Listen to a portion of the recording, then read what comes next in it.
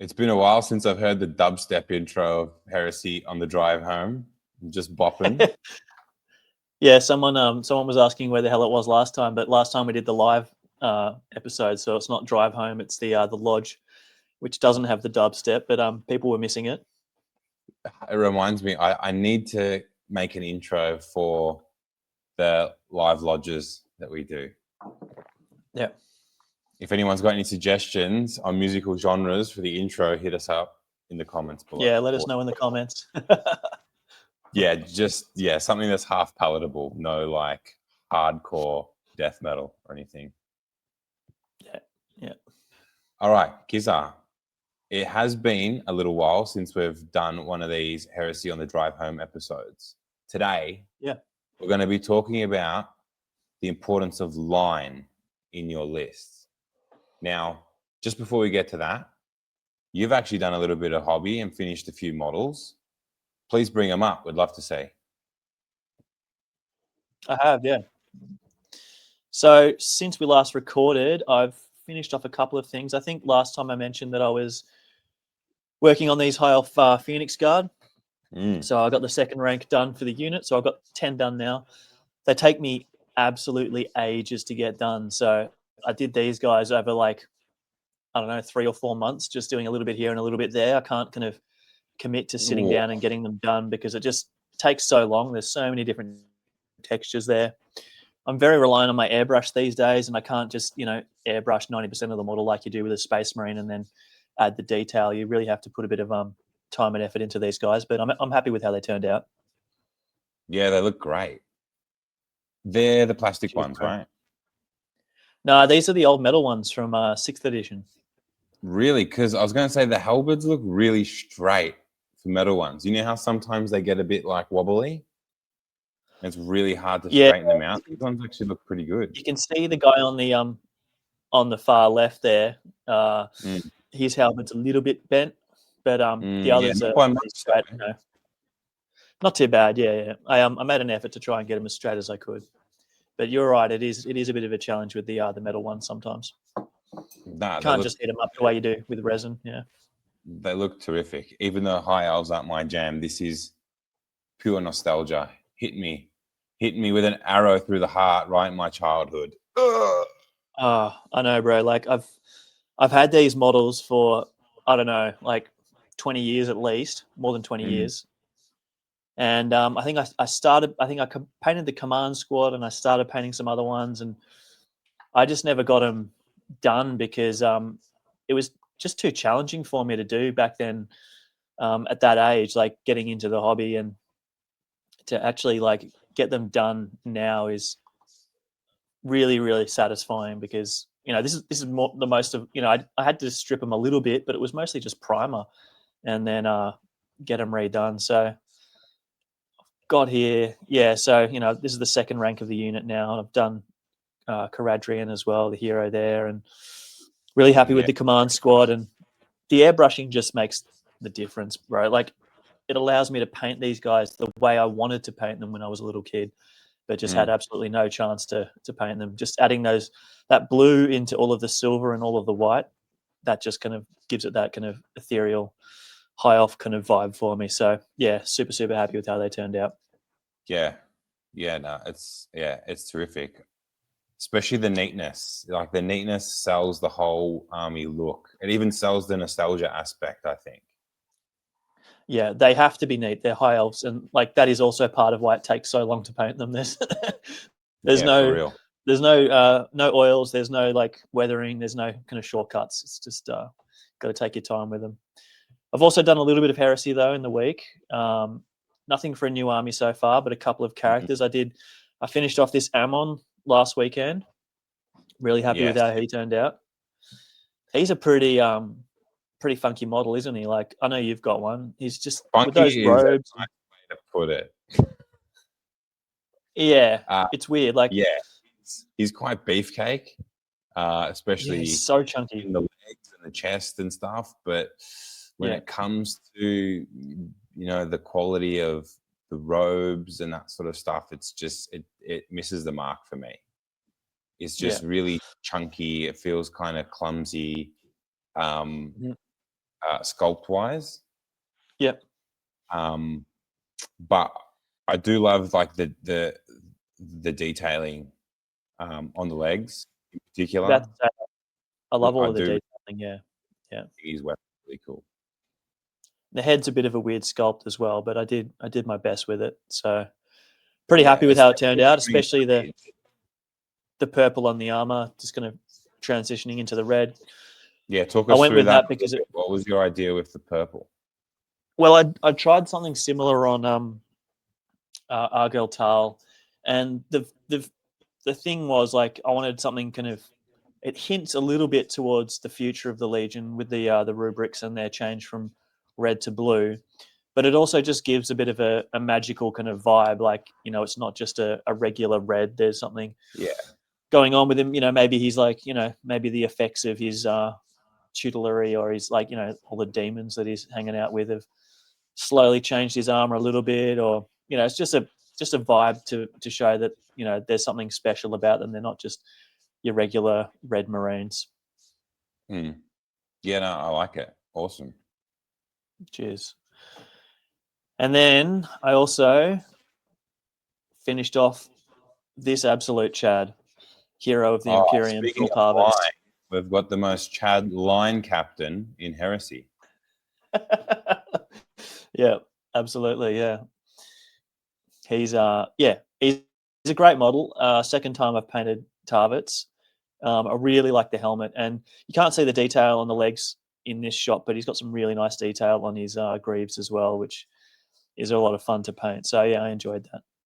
Yeah, I said to you offline throughout the week, that helmet could possibly be my favorite helmet in Heresy. Like, the detail on it is awesome. It's unique, but it also screams Mark IV as well. It's just really well done, I think. And the big crest as well, yeah. And it does kind of make up a little bit for the terrible fucking face sculpt he got. So at least he's got the option there to have a nice helmet. Good work, Kizza. You've been productive. Cheers, bro. Yeah, productive week. It's been good. I wish I could show off a little bit of hobby, but my whole setup at the moment is still in a little bit of a disarray as I build my new Warhammer desk. So that's on the cards. That's it. Your hobby's been more productive, hasn't it? Like printing and building things and getting stuff ready for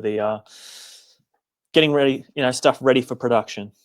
Yeah, I guess it's more prep work, isn't it? But no, things are still sort of chugging away. It just doesn't translate to paint on models at this stage. Yeah. All right. Yeah. Just you're doing the hard yards, none of the fun stuff yet. Yeah, well, exactly.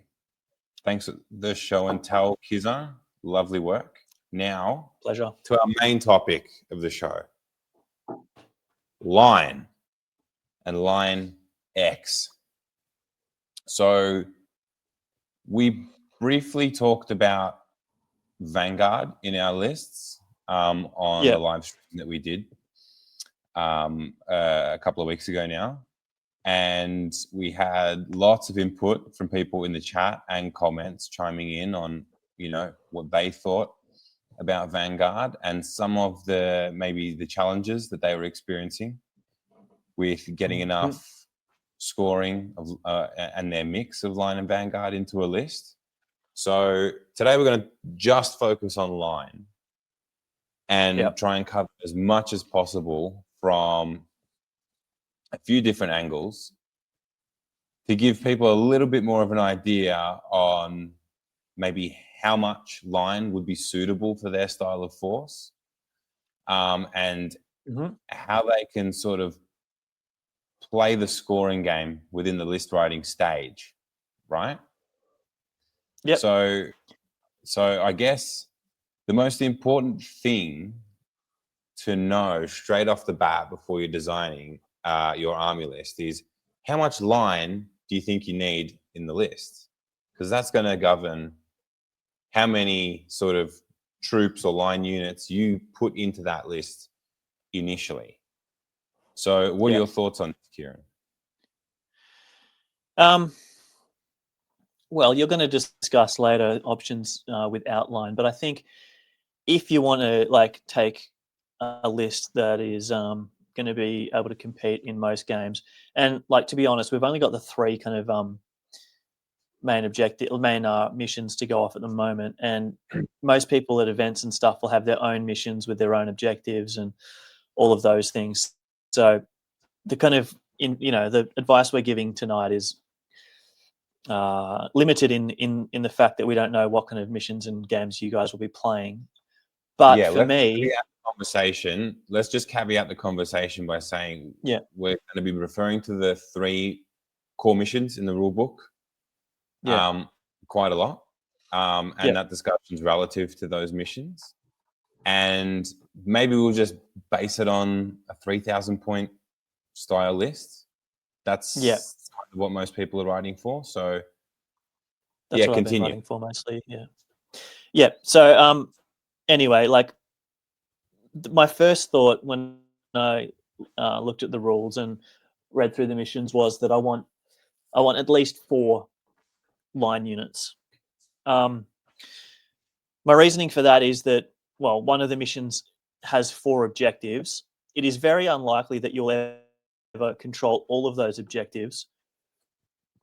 But even when you're competing for 3 objectives or 2 objectives, you still want to have you still want to have a surplus of line. You want to have more line units than objectives you're going for, essentially, because those line units are very squishy. And if your opponent isn't going to suck it in and doesn't go after the distraction card effects in your list and plays the mission hard and goes after those line units to get rid of them to win the mission, then you do need a little bit of backup, a little bit of redundancy. So for me, 4 line units feels about right. How do you think? How do you feel about that? I think there's a couple of things to consider. The first one is that you said that line units tend to be quite squishy. Yeah. And that is true. There are ways to make them to make line units less squishy, or maybe to pick a unit that isn't as squishy, but we can get to that later. Yeah. In terms of redundancy, you make a good point. I think it's up to the player to decide maybe how they want to play the game, and also how they choose to protect their line units. Now, you're talking about redundancy in volume, right? So if you lose one line unit throughout the game, it's okay. You've got another line unit on the table to replace that unit to go and score or what have you. You could also seriously consider things like transports now. And because transports are so good in this edition, I think it's a huge consideration for list builders. Whether or not they choose to take those transports. Not only are you going to be protecting those line units, you're going to keep them hidden and out of line of sight, and you're also going to keep them away and hidden from the status game. Which units will be susceptible to if they are out on the board. Now, it's up to the individual, I think, to assess maybe what would be right for their list in terms of protecting line and building in that redundancy with line. However, there's a couple of things that aren't mechanical to the game that you might want to consider as well, like the theme of your list, right? Because maybe you don't want to have your force mechanized, and maybe your theme is to trudge across the board. So if that's the case, then what you suggested might be really good. Take multiple line units. It's really down to the style in which you want to play. However, I would tend to maybe disagree, Kieran, with you on the quantity of line units, only because I want to play a Vanguard heavy style list, right? And that's the theme that I'm going for. However, even within that Vanguard list, I'm still going to take at least 1 unit of line. Yeah. And that 1 unit of line, and the idea behind that is to ensure I can score the maximum amount of points possible on the objective that's closest to my deployment zone. So the one that I'm going to feel confident I'm going to be able to capture, I want to try and maximize points on.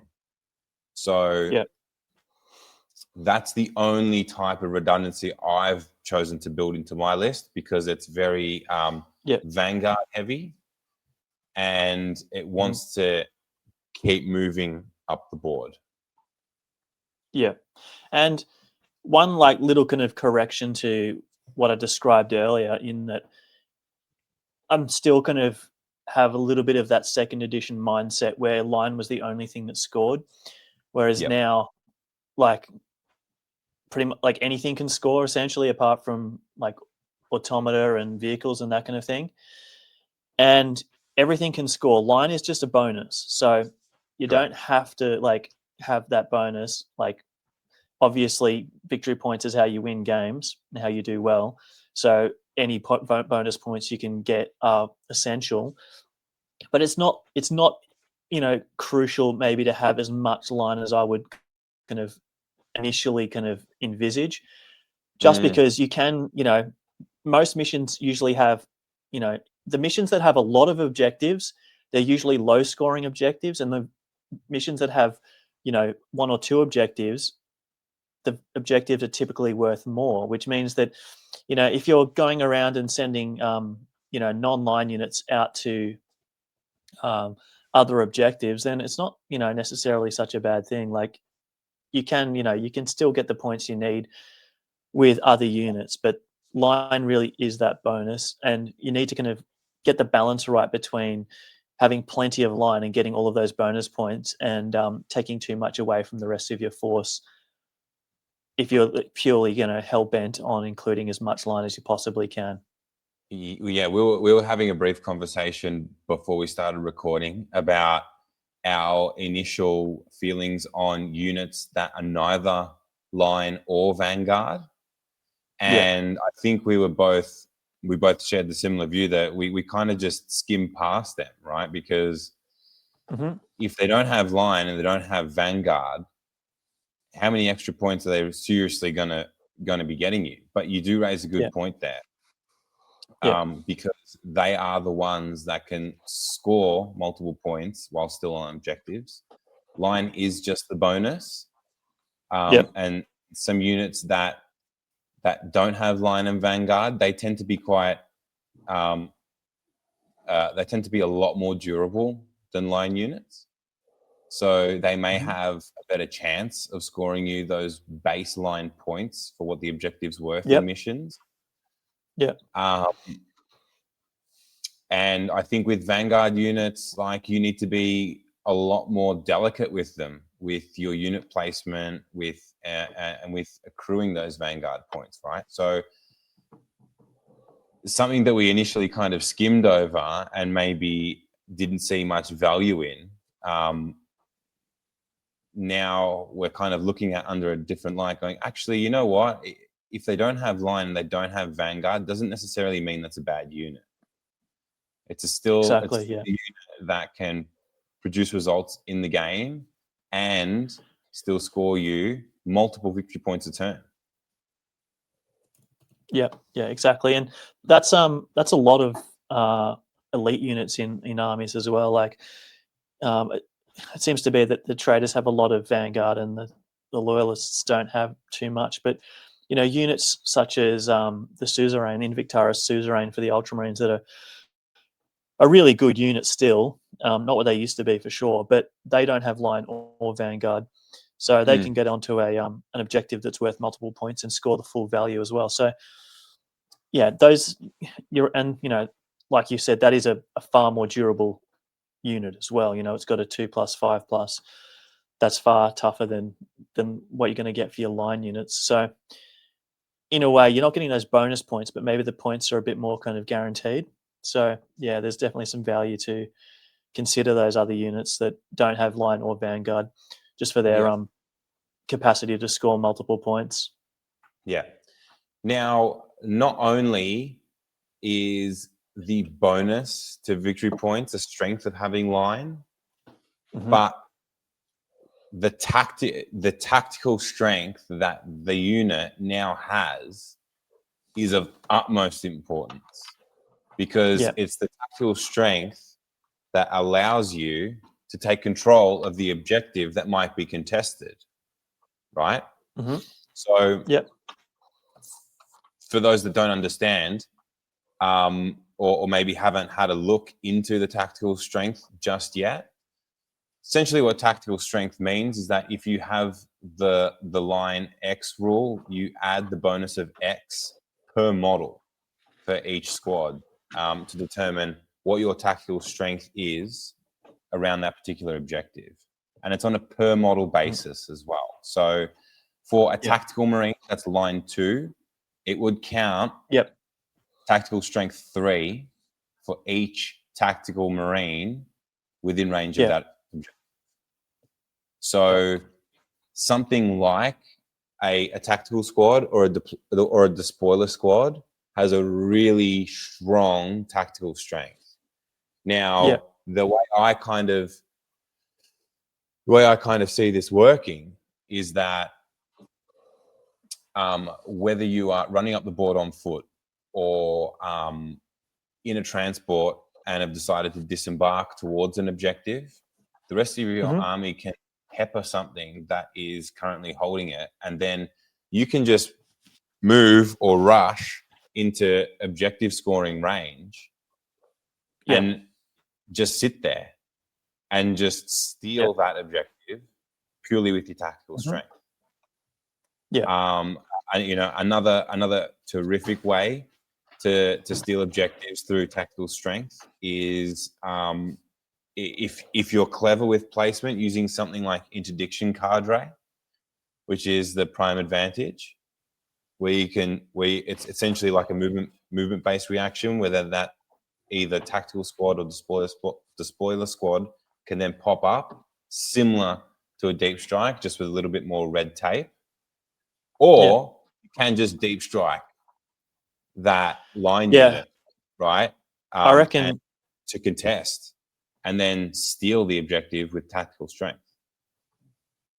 Exactly. I think like a cheap tactical squad in a drop pod is a really good choice now. The drop pod's cheaper than a Rhino. Keep the squad pretty cheap. Maybe just a Nuncio Vox on it to try and keep the statuses away. And just dropping down there with 3 tactical strength per model. Depending on how the enemy's deployed around the objective, of course, but with multiple objectives on the table, there should be an objective that you can, either claim uncontested or outcontest the enemy with your higher tactical strength. So I think a tactical squad in a drop pod, or even, even better, probably a despoiler squad in a drop pod, is a really good option. Or if you want to be an absolute mega Chad, you could put a warmonger with like a 20-man tactical squad or something. And just I thought you were going to say a termite. Hey. I thought you were going to say a termite. Yeah, well, termites are sick. And termites, again, they've got a lot of play depending on what's inside them. Yeah. I'm planning to put a unit of tactical veterans inside a termite and give that a run. Because tactical vets are line 1, even though they're not line 2 as good as something like a tactical squad or a despoiler squad. Line 1 is still nothing to be sniffed at, especially on a 2-wound model. So I'm keen especially to give that deep strike and can shoot some of the enemies off the objective as well. Just bring the numbers down so that you get your tactical strength. Yeah. Exactly. Anything more to say on tactical strength while we're on topic? Just one other thing with the tactical strength. If you're an Ultramarine player, you can take Remus Vantanis who gives +1 tactical strength to any unit he's with, which is bloody massive. Especially, when combined with his +1 to reserve rolls, including aerial reserves, and his Officer of the Line 2. He's the ultimate kind of utility character that makes the rest of your list work much, much better. So he's not going to kill too much in combat, but he is going to absolutely boost your list. So if you're an Ultramarines player, So I definitely... is it the unit that he joins gains the tactical strength bonus? They gain just like +1 to their tactical strength. Okay, the unit that he joins, though, right? Yeah. Okay, yeah, that's pretty cool. That's pretty cool. You could him in a tactical squad or a despoiler squad is like, it's 4 points per model. It's mental. That's insane. Four. That's insane, Kieran. Yeah. Terrific. And he's got so let's say leadership 10, cool 9. So he's not going to be status too much either.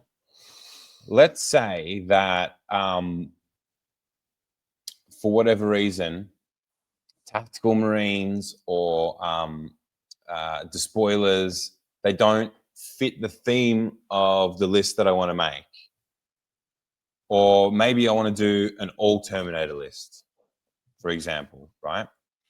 Let's talk about writing a list with outline and how that's going to impact things. And maybe other ways that we could go about it. So where do you think you would start when you're considering writing a list that has limited to no line? Well, this is more a question for you because you've definitely thought about this a lot more than I have. But just off the top of my head, I would need to, I'm not going to be scoring too many points on objectives, but I need to make sure that my enemy's not doing that either. So I need some fast units that can contest objectives or get the enemy tied up in combat, because of course a unit in combat can't score an objective. Correct. So I need some speed and I need lots of aggression. I think you're going to maybe talk about land speeders, but you can do that with flying transports like a Dreadclaw or a Storm Eagle to get a unit quickly to an objective first turn, assuming that you roll your reserve roll. So yeah, I definitely want some speed. I want to get in there quickly, and I want to get some. If I'm relying on Vanguard, I probably might want some ranged Vanguard potentially.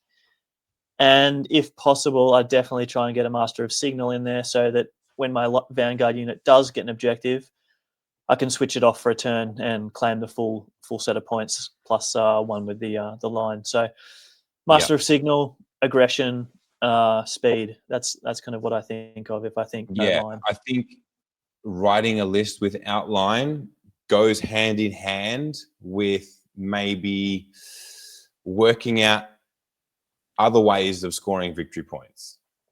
Yeah. So a Master of Signal is a great way because he can grant line 1 or Vanguard 1 to a particular unit anywhere on the board. Yeah. One big consideration I know I'm thinking about a lot because I'm just running with the 1-line unit in my list. Yeah. Is how do I take the scoring away from my opponent, right? Because I'm thinking about that just as much as how am I going to score points? Yeah. Because of how well something like a tactical squad can rack up victory points, your opponent can easily just run away with the game in the first turn or two. And they can have this unassailable lead that you'll never kind of catch because you haven't thought about, well, it's all good and well to have no line in the list, but then at the same time, you want to have some tools available to you to take away the scoring from your opponent. So you touched on turn 1 combats. That's massive because, like you said, a unit that is in combat can't score. So really all you need to do to stop them scoring is just to tie them up. Mm-hmm. Perhaps you want to lean into the status game.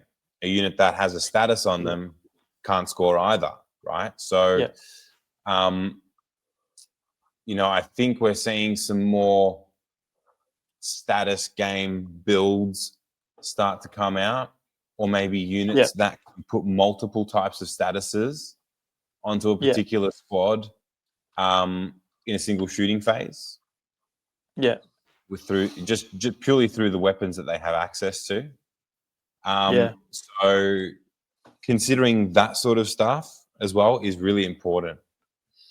And then you need to strike the right balance of how much Vanguard am I going to take too? Because if you aren't taking line, Vanguard is your next best thing to score multiple points. Now, like we touched on last episode, it is going to be trickier to score Vanguard points each game, especially if you're up against an opponent that may have some tools in their kit bag to prevent you from scoring Vanguard by killing things off of objectives or routing them off of objectives. But like you mentioned, having some shooty Vanguard in a list is another form of redundancy, right? It's something that you can probably rely on a little bit more than trying to, set up a combat and have that combat go your way. So that's a huge consideration. Now, if you do want that ranged Vanguard in your list, again, the Master of Signal is a great way to give Vanguard to something like a Kratos, right? Exactly. And in the games that we've played so far, the Kratos has done some work against basic sort of 3-up save troops, and that's what you're going to be killing and claiming those Vanguard points for most of the time anyway. Lots of people have also saying that dreadnoughts, maybe they don't have a place, or they're certain. Well, we know for a fact they're certainly not as good as they once were, right? But giving Vanguard to a shooty dread, or giving line to a dread that is occupying an objective as well is another terrific way of earning those points. And again, it speaks to the Master Signal and how effective they are. But it also gives a place to dreadnoughts in a list again. You don't always have to rely on them to just be an absolute killing machine like they once were, And if it does have the line 1 from a Master of Signals, it's going to be hard for your opponent to shift off an objective. Light arms fire is not going to do much to something like a dreadnought. So, that's another consideration you can use. I mean, a perfect example is in our game, I chose to put a unit of Cataphracti Terminators on an objective and give them line 1. And then it was up to you to remove 10 wounds off, a 2+, 4+ save unit with toughness 5. And that's hard to do. Very hard, especially in games that, are smaller sort of points level. So mixing some terrain as well. Yeah, exactly right. So there are ways around it. If you feel like taking line is a little bit of a creative burden to your theme in your list, there are certainly ways that you can still make your army work without having that line in it. It may just take a little bit more practice of getting used to and getting those reps in and really, really understanding the mechanisms of your list and how to score without something reliable as line. But there's certainly ways to do it. I mean, a Herald, that's another example. Even though Heralds have changed a lot, and they aren't